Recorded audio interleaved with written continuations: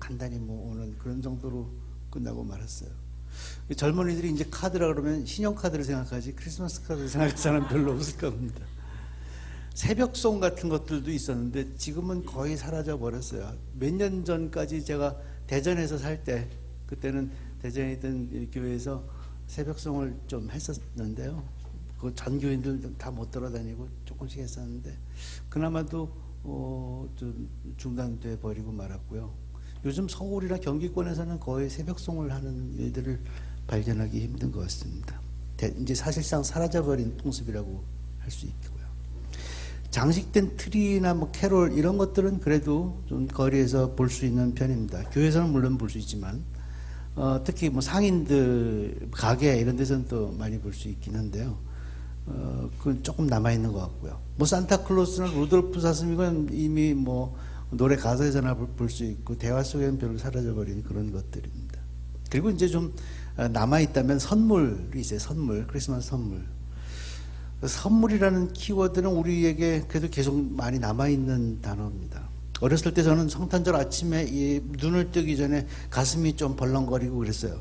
성탄절 아침에 깨어나면 머리맡에 우리 어머니가 준비해 주신 크리스마스 카드하고 반짝이는 포장지를 싼 네모난 상자 이런 게 꼭 있었거든요. 그래서 선물 포장지를 뜯으면 그 안에 책이 들어있기도 하고 또는 먹을 것이 들어있기도 하고 그랬습니다. 어느 성탄절 아침에 발견한 정말 기억에 남는 것은 뜯으니까 미제 새알 초콜릿이 들어있는 거예요. 처음엔 뭔지 몰랐어요. 봉지가 있어서 이렇게 쭈글쭈글해서 뜯으니까 거기 알약 같은 게 들어있는 거죠. 알약이야. 근데 그걸 입에 넣으니까 그게 입안에서 초콜릿으로 변하고 마는 그 충격적인 그 맛을 지금도 잊지 못합니다. 그래서 그 이후로 제게 있어서 새알 초콜릿은 언제나 이런 새알 초콜릿은 언제나 크리스마스 선물로 남아 있습니다. 아기 예수를 찾아간 동방박사가 4사람이었다면, 3사람이 아니라 4사람이었다면 아마도 4번째 동방박사는 이 새알 초콜릿을 가지고 아기 예수를 찾아가지 않았을까, 이런 상상을 해본 적도 있어요. 여러분들은 성탄절에 선물 받으셨습니까? 조용하세요. 선물 안 받으신 분 있으세요? 그럼 제가 선물을 드리겠습니다.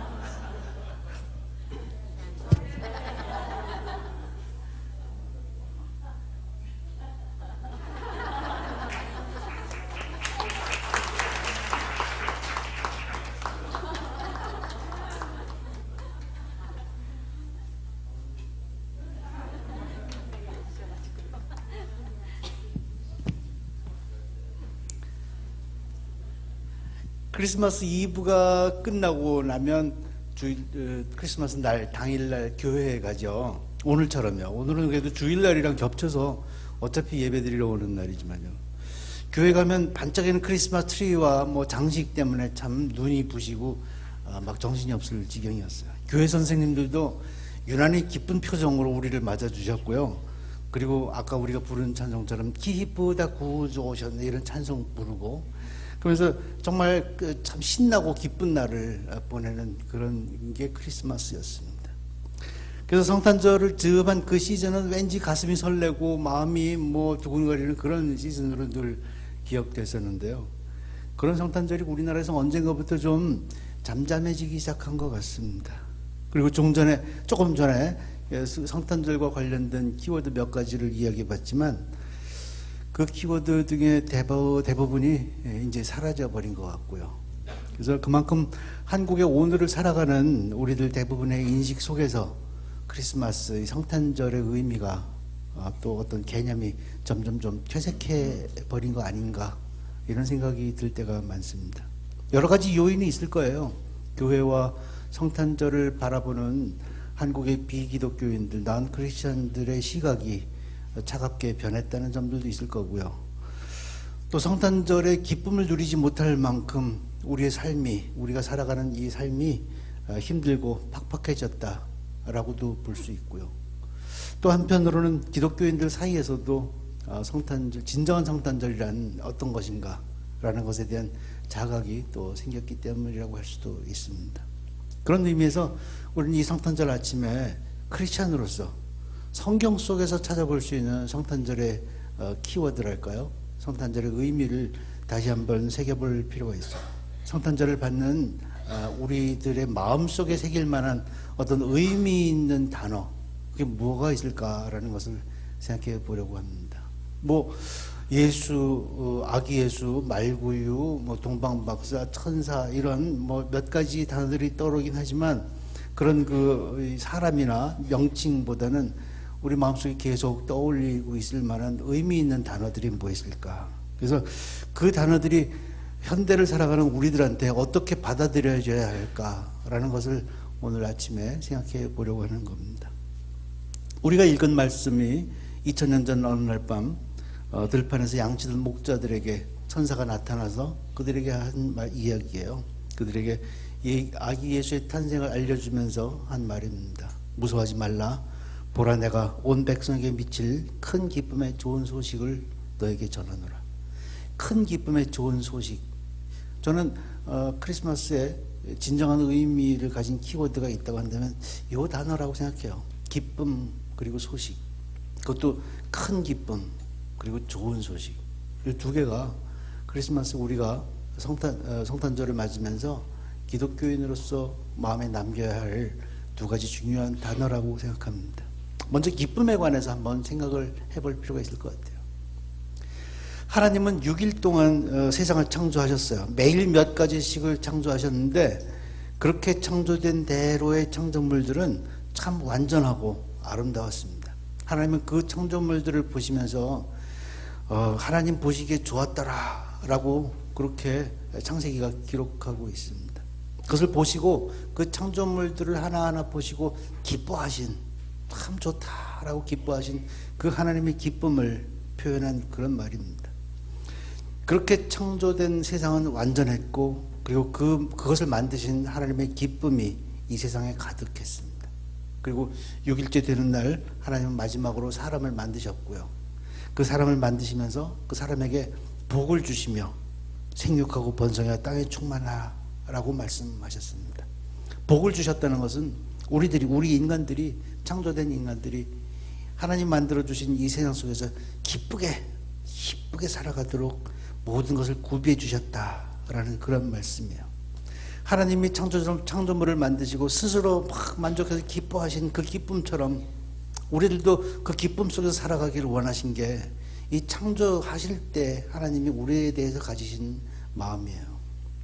그런데 여러분들 잘 알다시피 첫사람인 아담과 하와가 하나님의 말씀을 거역했죠. 하나님께서 따먹지 말라고 하신 그 나무의 열매를 따먹었습니다. 그리고 그 열매를 따먹은 직후에 그들은 어떻게 됐죠? 하나님을 두려워하면서 하나님을 피해서 나무 그늘 사이에 숨었습니다.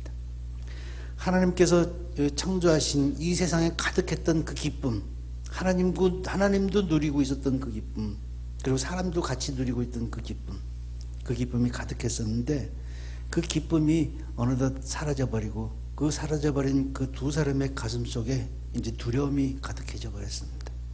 두려움의 원인은 하나님의 말씀을 거역하고 그리고 하나님을 피했던 것, 거기에 있었던 거예요. 하나님의 말씀을 거역하고 도망친 것은 아담과 하와뿐만이 아니었습니다. 사실은 그 훨씬 이후에 살아가는 우리들도 사실은 그들과 똑같은 과정을 자꾸 반복하고 있는 것이 사실입니다. 우선 한번 생각해 볼 필요가 있어요. 여러분들은 우리 요즘 삶을 정말 기쁘게 살아가고 있습니까?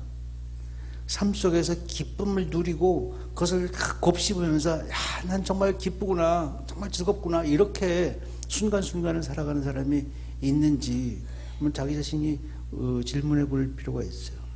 어쩌면 너무나 바빠서 아침에 어디 갔다 오고 그걸 뭐 해야 되고 일을 처리하고 뭐 누구를 만나고 이러느라고 너무 바빠서 내가 요즘 기쁜 삶을 살아가는지조차도 생각해 볼 겨를이 없었던 사람들도 아마 참 많을 거예요.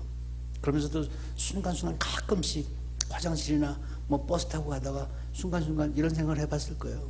내게 요즘 기쁨이 있나? 내가 정말 가슴속으로 깊이 기뻐해 본 적이 언제, 가장 최근에 그렇게 기뻐해 본 적이 언제였던가? 이런 생각을 해볼 때가 있었을 거예요. 물론 순간적인 웃음이나 기쁨은 있을 수 있을 겁니다. 가벼운 조크를 듣고 웃었다거나 뭐 TV 프로그램을 보면서 깔깔 웃었다든지 이런 것들이 있었겠지만 그건 순간적이에요. 그렇죠? 요즘은 기뻐할 일이 없었다 하더라도 과거에 기뻐한 적은 최소한 있었을 거예요. 연애를 했다든지 결혼을 한 직후에 또는 지위를 얻은 직후에 시험에 합격한 후에 이런 즐거운 일, 기쁜 일들이 있었겠죠. 근데 그런 기쁨들도 사실은 얼마 오래 그렇게 가는 것은 아니었던 것이 우리의 경험이에요. 곧 잊혀지거나 또는 그렇게 기뻤던 일 자체가 그냥 고통과 두려움으로 그냥 변해버리고 말았던 그런 기억들을 우리가 다 하고 있습니다. 오죽하면 이런 말도 있겠어요. 아들 얻은 기쁨이 한 달이었다면 그놈 키우는 고생은 20년이고 아내 얻은 기쁨이 석 달이었다면 그 아내 비위 맞추는 고생은 60년이다. 이런 말까지 있더라고요. 우리가 살아가는 이 시대에 기쁨이 샘솟는, 그래서 그 기쁨이 샘솟는 시간들이, 순간들이 오래가는 그런 일들이 있는 삶이라는 것을 요즘은 찾아보기 점점 어렵게 되어버렸습니다. 욕심이나 미움이나 교만 같은 것, 우리의 오래된 죄적인 습성이 아직도 남아있어서 하나님이 그렇게 하지 말라고 그랬는데도 그것 때문에 우리 스스로 그런 마음속에 본질적으로 살아있던 기쁨들을 두려움으로 바꾸어버린 거예요. 그리고 하나님이 그런 거 하지 마, 미워하지 마, 두려워하지 마 그렇게 말씀하시지만 그 말을 듣지 않고 그것을 거역하고 하나님의 그 말씀을 피해서 나무꾼을 사이로 숨어버린 우리들, 그 우리들이 옛날 그 아담과 하와와 비슷한 상태에 있는 걸 거고요. 그렇게 해서 성탄절을 맞았지만 이 성탄의 큰 기쁨의 좋은 소식이라는 저 성경 구절을 보면서도 우리 마음속에 그렇게 큰 기쁨이 있는지 의문스러워하는 그런 일들이 벌어지고 있는 거예요. 이사야 선지자가 살고 있던 그 시대에 이스라엘 백성들도 기쁨을 다 잃어버렸습니다. 처음에 애굽을 탈출했던 그 감격도, 그 탈출해서 시내 광야를 돌아다니면서 하나님과 경험했던 그 놀라운 일들도 다 잊어버렸어요. 여리고성을 정복했던 기쁨도 다 잃어버렸고요. 가나안 땅에 들어와서 어려움을 극복한 후에 나라를 만들었던 그 기쁨도 다 잃어버렸습니다. 다윗 왕과 솔로몬 왕에 의한 번영도 다 사라졌고요. 솔로몬 왕이 죽은 후에 그 왕국은 둘로 갈라졌죠. 남쪽 북쪽으로. 그 후대 왕들은 대부분 이런 부귀영화가 마치 자기들의 힘으로 이루어진 것처럼 착각하기 시작했습니다. 그리고 우상을 섬기기 시작했고요. 잘못된 세계관을 가지고 자기 나라를 통치하기 시작했습니다. 백성들은 그 왕들의 영향을 그대로 받아들였어요. 그들은 가지가지 방법으로 타락하고 분열하고 서로를 미워하기 시작했습니다. 그러는 동안 아시리아와 바벨론 같은 엄청나게 강한 나라들이 주변에서 커가고 있었어요. 하나님에 대한 믿음을 다 잃어버려가고 있던 이스라엘 민족 또 유다 민족들에게 그 가슴 속에 두려움만 생겨가고 있었습니다. 우리나라 현재도 그때의 이스라엘 상황과 참 비슷해 보여요. 잘못된 세계관을 가지고 나라를 통치한 대통령의 모습이라든지 그 와중에 눈앞에 권력만을 가지고 서로 이전투구하는 여당 야당의 정치 지도자들이라든지 그런 상황 속에서 여러 가지로 분열하고 타락하는 우리 국민들 모두가 서로 다른 이유로 불안해하고 두려워하고 서로를 미워하고 있는 그 현실이 어쩌면 그 당시 이스라엘 상황과 참 비슷해져 보입니다. 그뿐 아니라 우리 주변에 있는 북한, 중국, 일본, 미국 막 발전하고 커가고 여러 가지 이유로 우리의 미래를 불안하게 만들어가고 있습니다. 하나님에 대한 믿음을 잃어버리고 두려움과 불안에 휩싸인 나라, 그 와중에도 분열하고 방탕하고 회개할 줄 모르는 국민들, 이스라엘과 유다 그 나라들은 우리의 상황과 참 비슷해져 보여요. 그런 상황에 직면했을 때 유다에는 선지자들이 있었습니다. 그 선지자들은 이제 곧 이 유다가 멸망할 것이다 라는 하나님의 말씀을 전했습니다. 그것은 그토록 백성들이 하나님을 피해 다니고 두려워하고 하나님을 부인하고 말씀을 거역했던 것, 그 교만해진 것에 대한 피할 수 없는 심판의 결과였죠. 근데 하나님은 심판을 예고하시면서도 그 사이에서 이스라엘 백성들이, 유다 백성들이 기쁨을 회복할 수 있는 그 가능성을 열어두신 거고요. 그 기쁨에 대한 소망을 늘 선지자를 통해서 주셨습니다. 너희들이 심판을 받을 것이다 라는 것에 못지않을 만큼 그 기쁨에 대한 소망을 늘 주셨어요. 선지자 이사야는 이 소망을, 이 기쁨에 대한 소망을 가장 잘 전달한 사람입니다. 그 소망의 메시지는 바로 2016년의 마지막 주를 살아가는 우리들에게 던져지는 메시지이기도 합니다. 이사야는 이렇게 예언했어요. 광야와 메마른 땅이 기뻐하며 사막이 백합화같이 피어 즐거워하며 무성하게 피어 기쁜 노래를 즐거워하며 레바논의 영광과 갈멜과 샤론의 아름다움을 얻을 것이라. 그것들이 여호와의 영광 곧 우리 하나님의 아름다움을 보리로다. 너희는 약한 손을 강하게 하며 떨리는 무릎을 굳게 하며 겁내는 자들에게 이르기를 굳세어라 두려워하지 말라. 보라 너희 하나님이 오사 보복하시며 갚아주실 것이라. 하나님이 오사 너희를 구하시리라 하라. 광야와 같은 괴로운 이 상황은 곧 변할 것이다. 그리고 그 변한 결과 기쁨으로 가득 차게 될 것이다. 하나님이 이 세상을 창조하셨을 때처럼 그 만물 위에 서렸던 그 하나님의 기쁨이 이제 그 하나님의 영광이 곧 회복될 것이다. 현재의 상황을 겁내지 마라. 두려워하지 말라. 이런 말씀이죠. 왜요? 하나님께서 오실 것이기 때문에. 하나님이 오셔서 너희를 구할 것이다 라는 그 메시지예요. 하나님이 오신다는 것, 그래서 오셔서 우리와 함께 지낸다는 것, 하나님이 임재하신다는 것, 그게 이사야를 통한 하나님의 메시지였습니다. 우리에게 가장 큰 기쁨을 주는 것은요, 하나님 우리와 함께 계신다는 거예요. 뭐 돈 벌고 성공하고 자식 낳고 결혼하고 이런 것들도 기쁜 일이지만 그건 금방 끝나는 거고요. 정말 두고두고 기쁘게 우리를 기쁘게 만드는 것은 하나님이 내 아버지가 나와 함께 있는 것처럼 하나님이 나와 함께 계셔서 든든하게 지켜주는, 그게 우리에게 큰 기쁨을 준다는 거예요. 이사야 선지자를 통해서 하나님께서 그 기쁨의 소망의 메시지를 주신 겁니다. 이 기쁨을 어떻게 누렸는지에 대한 제일 좋은 샘플이 하나 있어요. 다윗 왕인데요, 사무엘 하를 읽어보면 다윗 왕이 막 기뻐해서 정신없이 기뻐한 그런 장면이 묘사되어 있는 게 있어요. 너무 기뻐서 백성들과 함께 덩실덩실 춤을 추었다는 그런 이야기예요. 그렇게 춤을 추는 걸 보고 아내 미갈까지도 다윗 왕을 업신여겼다, 이런 얘기까지 같이 적혀 있습니다. 왕의 채통까지 벗어버릴 정도로 다윗이 기뻐했다는 그런 장면이에요. 왜 어떤 장면에서 다윗이 그렇게 기뻐했냐면요, 다윗이 수많은 어려움 끝에 이스라엘 왕이 됐어요. 그 이스라엘 왕이 된 직후에 하나님의 궤, 언약궤를 예루살렘 성 안으로 모셔올 때, 그때 그렇게 기뻐했던 거예요. 언약궤가 뭔지는 아시잖아요. 하나님 말씀, 그 십계명이 들어있는 그 두 돌판이 안에 모셔져 있는 그런 상자인데요. 그 상자는, 그 언약궤는 장막이나 성전의 가장 귀중한 곳, 지성소라고 불리는 거룩한 곳에다가 모셔두고 제사장만 그곳에 들어갈 수 있었던 그런 물건입니다. 그래서 언약궤는 이스라엘 백성들에게 있어서 하나님의 임재를 나타내는 가장 중요한 의미 있는 물건이었습니다.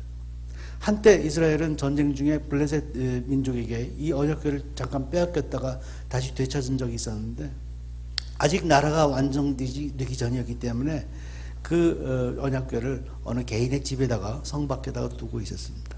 그러다가 다윗이 왕위에 올라서 이제 여러 가지 할 것이 많은데도 이제 나라를 정비하고 뭐 여러 정책도 세우고 뭐 국민들을 위해서 뭐 여러 가지 일들 해야 될 처지에 놓였는데, 그때 다윗 왕이 제일 먼저 한 일이 바로 그 언약궤를 예루살렘 성 안으로 모셔오는 일이었습니다. 다윗은 그 무엇보다도 이 언약궤를 성 안으로 모셔오는 게 급선무였는데, 그것은 다윗이 그만큼 그 무엇보다도 하나님의 임재, 하나님과 함께 하시는 것이 얼마나 중요한지를 아는 사람이었다는 것을 의미합니다. 그래서 그렇게 언약궤를 메고 오는 그 순간 다윗이 그렇게 덩실덩실 춤을 추면서 정신없이 기뻐했다는 거예요. 하나님께서 창조하셨던 그 어린 아기와 같은 순진함으로, 그런 기쁨으로 돌아가서 온 힘을 다해 춤을 추었다는 장면이 성경 속에 기록되어 있습니다. 그처럼 우리한테 있어서도요, 정말 진정한 기쁨은 하나님이 우리와 함께 계신다는 그것이 기쁨의 핵심이에요. 우리 믿음의 핵심이기도 하고요. 이사야를 통한 그 하나님의 약속, 하나님 오신다, 오실 것이다, 곧 사람들 사이에서, 너희들 사이에서 임재하시겠다라는 약속을 이스라엘 사람들은 오랫동안 기다려왔죠. 메시아라는 분, 그 구원자, 우리 사이에 오실, 임재하실 그분이 누굴까? 그렇게 긴 기다림 끝에 예수님이 탄생하신 거예요. 언약궤 속도 아니고 성경 속도 아니고 실제로 물리적으로 인간의 몸을 가지고 우리와 함께 살아가면서 부대낄 그런 존재가 나타나신 거예요. 임마누엘이라는 그 명칭을 가지고 우리와 함께, 하나님이 우리와 함께 계신다라는 그 명칭을 가지고 예수께서 우리와 함께 오신 거예요. 두려움과 걱정 가운데 방탕과 교만으로 가득 찼던 그런 이스라엘과 유대 민족들에게 던져졌던 그 이사야 선지자의 메시지는 이제 예수님의 탄생으로 실현되었습니다. 두려움과 걱정 가운데 방탕함과 교만으로 가득한 우리 한국 땅에도, 오늘의 한국 땅에도 이 이사야의 메시지가 실현되었습니다. 오늘 성탄절이에요. 선지자 이사야를 통해서 하나님께서 말씀하신 것처럼 하나님이 오셔서 임재하셨다는 것이, 이미 하나님께서 오셔서 우리 사이에 임재하셨다는 그 사실이 우리에게는 가장 큰 기쁨인 겁니다. 그래서 오늘 성탄절에 우리가 기뻐하는 거예요. 하나님이 우리와 함께 하신다는 그 든든한 그 안도감이 우리 마음속에 늘 자리 잡게 되었기 때문에, 그것 때문에 우리가 순간순간마다 기쁨으로 가득할 수 있는 거예요. 성탄절은 이런 큰 기쁨이 함께하는 그런 소식을 듣는 날이에요. 성탄절에 우리가 선물을 나누고 축하 메시지를 나누는 것은 그런 큰 기쁨이 우리 속에 있기 때문입니다. 그런데요, 하나 더 생각해 봐야 될 것이 있습니다. 조그만 뉴스거리만 하나 알게 돼도, 야, 오늘 뭐 누가 무슨 저 청문회에서 이런 얘기가 나왔다, 이런 조그만 뉴스만 들어도 우리가 카톡으로 막 옮기고 뭐 그러잖아요.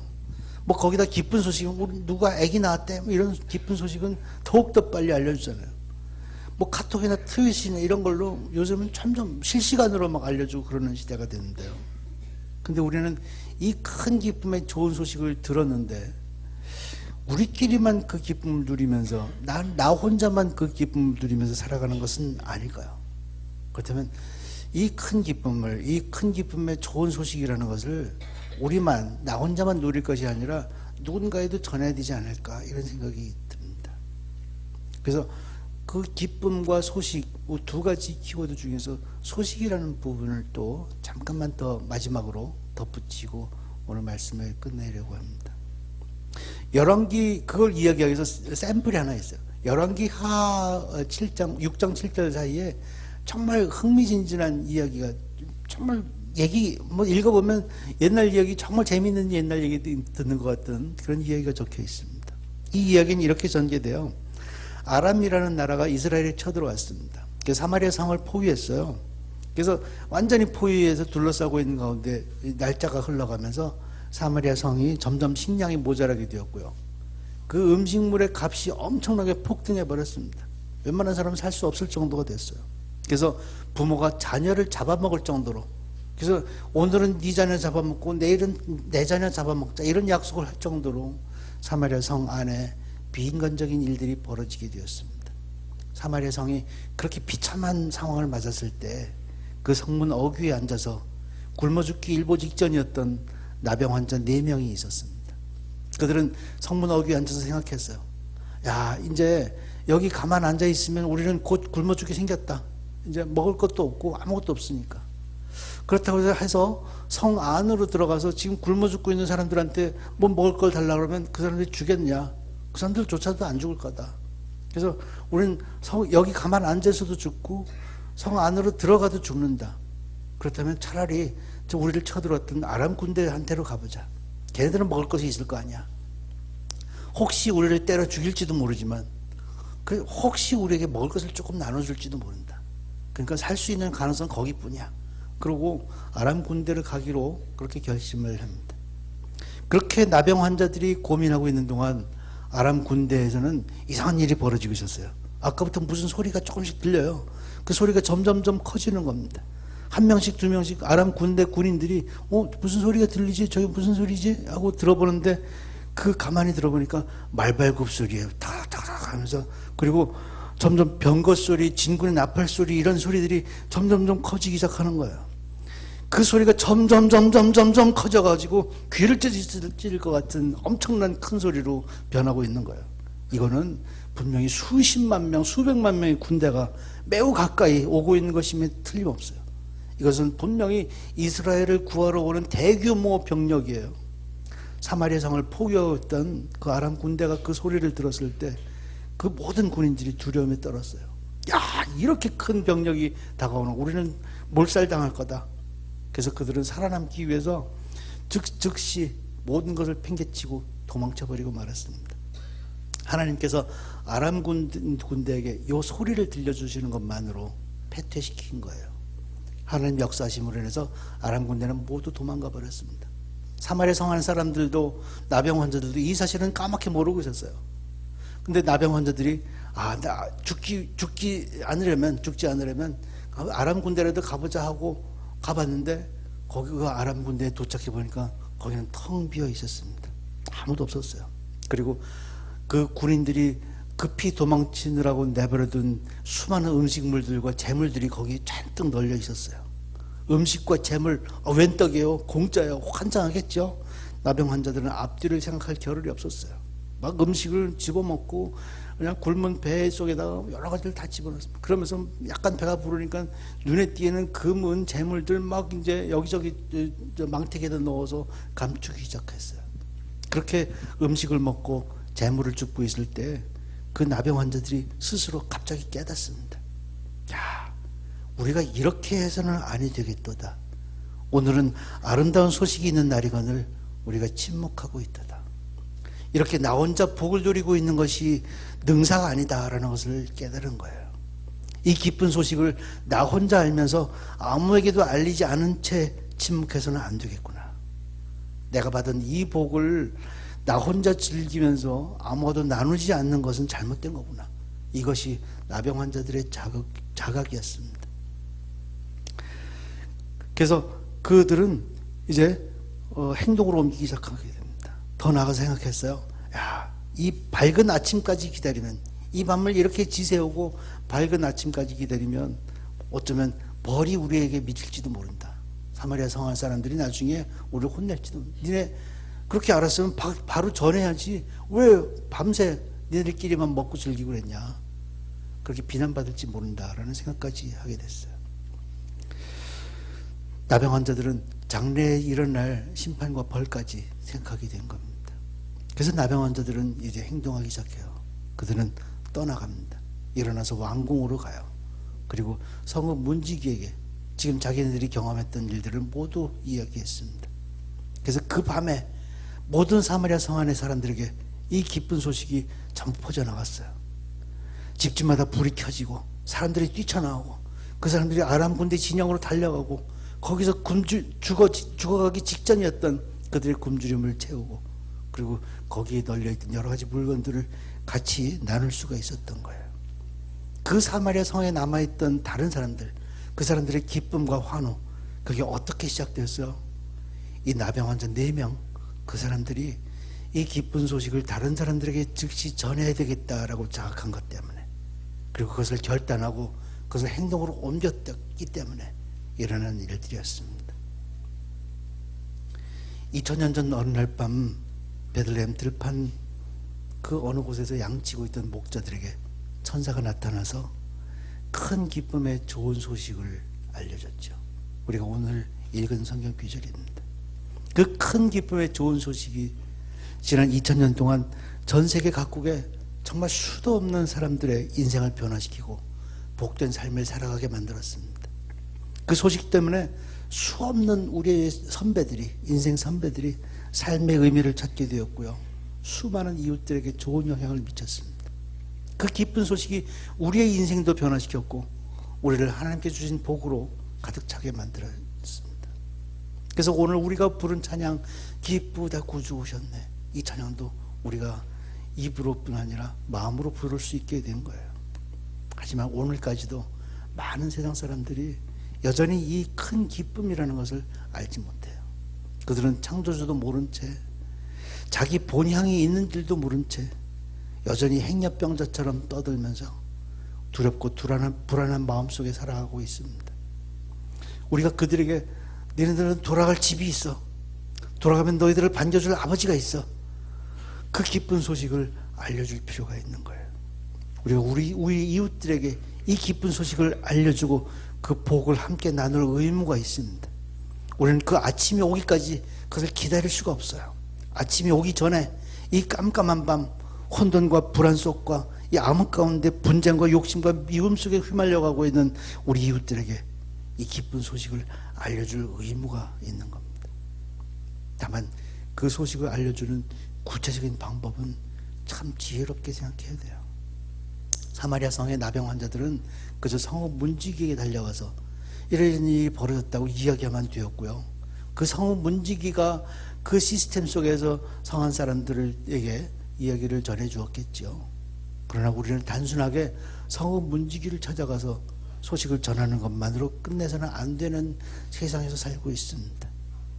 성탄을 축하합니다, 기뻐하십시오 라는 그 말만으로 이 기쁜 소식을 우리 이웃들에게 나눌 수는 없는 세상이 되었던 거예요. 우리가 그 기쁜 소식을 전하는 효과적인 방법, 그들이 정말 기쁨을 나누어 가지게 만들 수 있는 그런 방법이 무엇인지는 우리 각자가 연구해야 됩니다. 우리는 이 캄캄한 밤에 궁핍과 고통으로 괴로워하는 우리 이웃들에게 다가가서 어떤 방법으로든지 다가가서 그들에게 뭔가를 전해줘야 돼요. 말씀도 전하겠지만 우리가 이미 받아 가지고 있는 여러 가지 복된 것들, 축복받은 것들, 이런 것들을 지혜롭게 나누어 줄 필요도 있을 거예요. 그 결과 그 복의 근원이 뭘까라는 의문도 가지게 하고, 종국적으로 그 복의 근원이 하나님이라는 것을 깨닫게 만드는 그런 지혜로운 과정들을 여러분들이 밟아가야 될 거예요. 밝은 아침까지 기다리기만 하고 있으면, 그때까지 우리가 침묵하고 있으면 그 이웃들은 우리 때문에 죽어가고 있을 거예요. 왜냐하면 그들에게도 마땅히 나눠졌어야 될 축복을 우리가 가로채 가지고 있기 때문에요. 성탄절은 그런 의미에서 우리 성도들만 기뻐하고 찬양하는 것만으로 끝내서는 안 되는 날이에요. 오늘 우리는 천사가 목자들에게 전한 말을 기억합니다. 무서워하지 말라, 보라 내가 온 백성에게 미칠 큰 기쁨의 좋은 소식을 너에게 전하노라.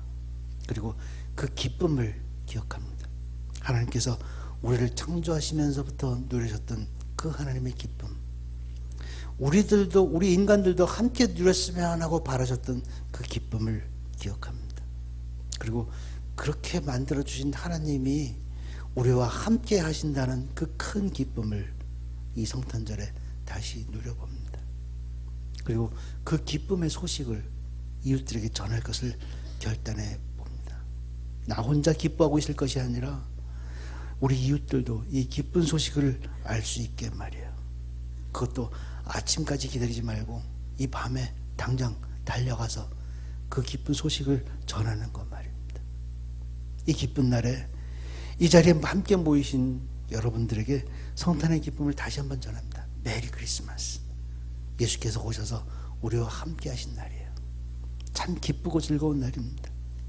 우리가 살아가고 있는 세상은 아직 밤이지만 빛이신 하나님이 우리와 함께 하신다는 그 사실이 우리에게 있어서 가장 큰 기쁨이라는 것을 실감하는 믿음을 가지고, 그리고 그 믿음 가운데 이 큰 기쁨의 좋은 소식을 이웃들에게도 전하기 위해서 아침까지 기다리지 않는 그런 행동, 그런 믿음과 행동으로 살아가는 저와 여러분이 되시기를 주의 이름으로 축원합니다. 함께 기도하겠습니다.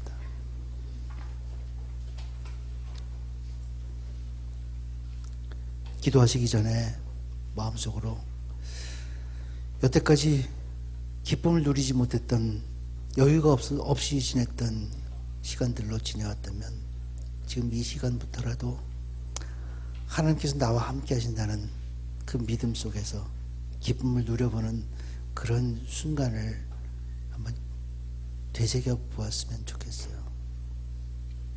그리고 그 기쁨이 나에게만 머물러 있으면 안 되겠다. 그리고 그 기쁨을 지금이라도 내가 가장 사랑하는 다른 어떤 이웃, 그 사람에게도 꼭 전해줘야 되겠다. 그리고 그 전해주는 방법도 내가 참 지혜롭게 연구해서 그 사람에게 가장 적절한 방식으로 전해줘야 되겠다. 이런 생각을 함께 좀 해보았으면 좋겠어요.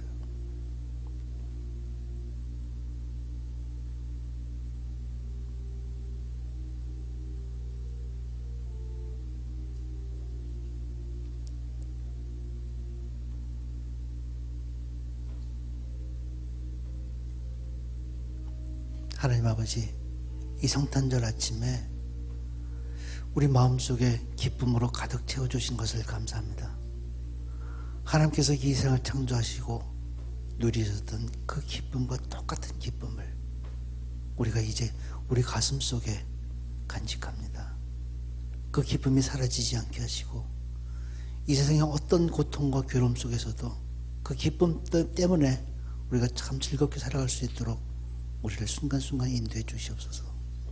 그리고 그 기쁨을 아직 누리지 못한 우리 이웃들에게 가장 적절한 방식으로 전달해주고 그 알려줄 수 있도록 주님 우리들을 인도하시고 또 지혜 주셔서 그 일들을 행할 수 있도록 도와주시옵소서. 감사드리며 예수 그리스도의 이름으로 기도드렸습니다. 아멘.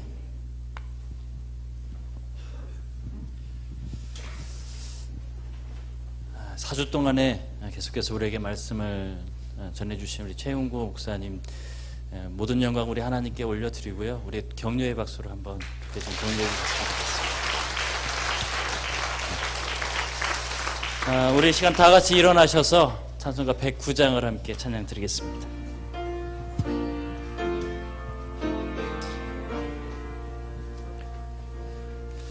고요한 밤, 거룩한 밤, 어둠에 묻힌 밤, 주의 보모 앉아서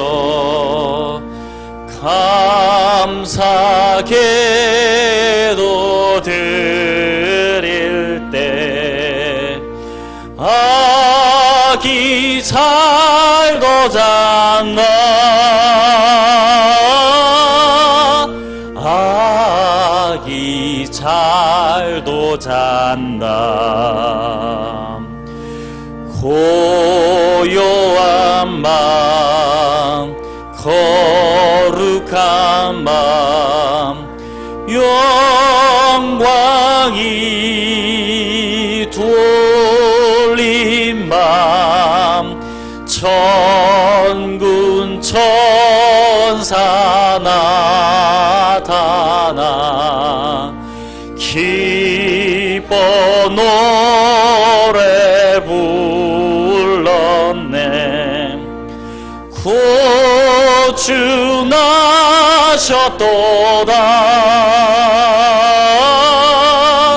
구주 나셨도다.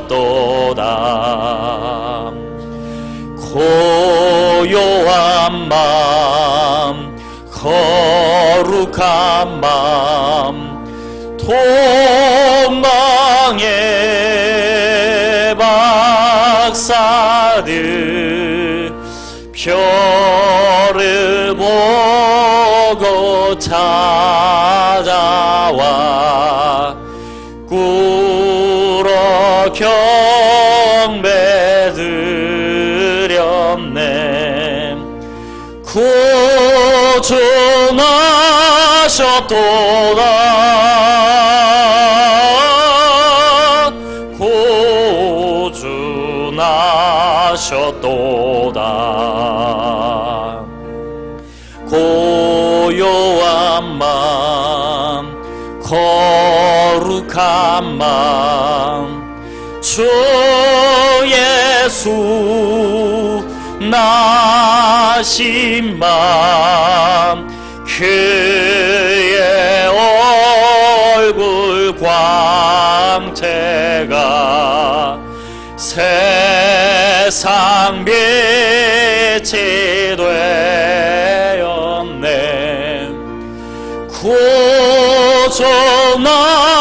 구원하셨도다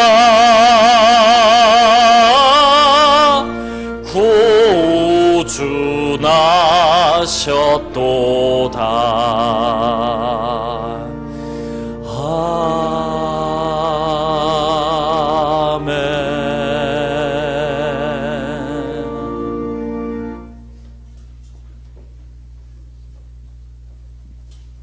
기도하겠습니다. 하나님 아버지 감사합니다.